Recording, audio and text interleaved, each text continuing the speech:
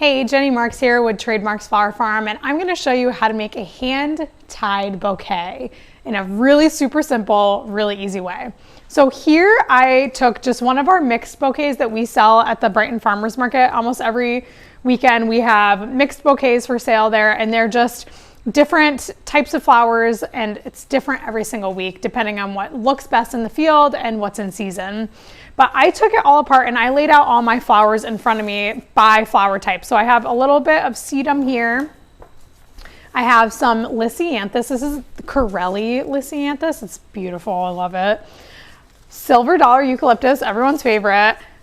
Some salmon runner dahlias, really like this variety. Some fun flamingo feather celosia. These are just add a little bit of whimsy to our bouquets. And then some Cornell bronze ball dahlias. So I like to just lay everything out in front of me so it's nice and organized, and then I just start picking things up and making crisscross patterns. So I basically just make an X in my hand and I just keep adding flowers to that. If you see any flowers that have foliage that are falling below where your hand is, it's really easy to just take off the foliage before you add it to your handful.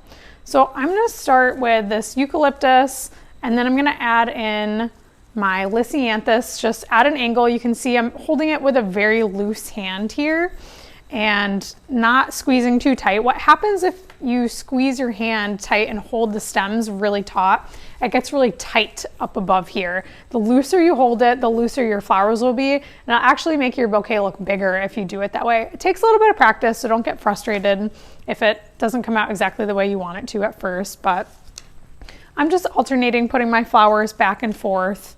And once I have a pretty good handful in this crisscross pattern, I start filling in the front and the back. So I'm gonna take some, this lissy, take some of these leaves off, put it in the front, regrip, and those in the front as well. Add some, my eucalyptus back here. And now I have my focal flowers, my dahlias, and so I just like to kind of tuck those in wherever I want to have like a big show of flowers. And then, not sure what to do with this guy. I don't like all this foliage, so I'm going to take some of the foliage off and add him in there. Okay, so now we have our beautiful bouquet. If you, oh no, I just broke flower. This happens sometimes. We'll put him in a little bud vase somewhere, no worries. Make a couple little adjustments. Sometimes if your flowers fall down, you have to pick them up just so they don't fall down and get hidden. And now we can just trim our stems.